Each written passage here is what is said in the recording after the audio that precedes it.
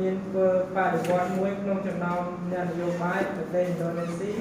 នៅដើមដំបូងនៃសង្គ្រាមកងទ័ពអូស្ត្រាលីនិងអង់គ្លេស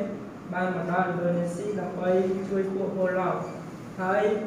ពួកគេបានរៀបចំកងទ័ពជប៉ុនឡើងវិញដើម្បីប្រឆាំងជាមួយឥណ្ឌូនេស៊ីក្នុងអំឡុងពេលមានសង្គ្រាមមាន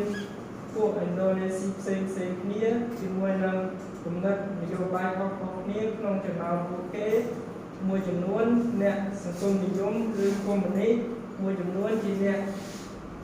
ប្រជាធិបតេយ្យដែលមានបំណងចង់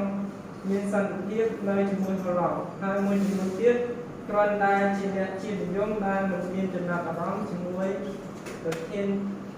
ប្រជាធិបតេយ្យឡើយគណៈបកកុម្មុយនីសថ្មីមួយដែលមានឈ្មោះថាគណៈបកកុម្មុយនីសឥណ្ឌូនេស៊ីចាប់ផ្ដើមមានអំណាច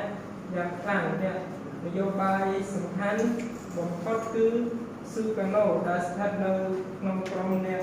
ជានិយមមិនមែនកុម្មុយនីសអរគុណនៅខាងក្រៅប្រទេសថៃអត់មានអីត្រូវសួរអរគុណដល់ក្រុម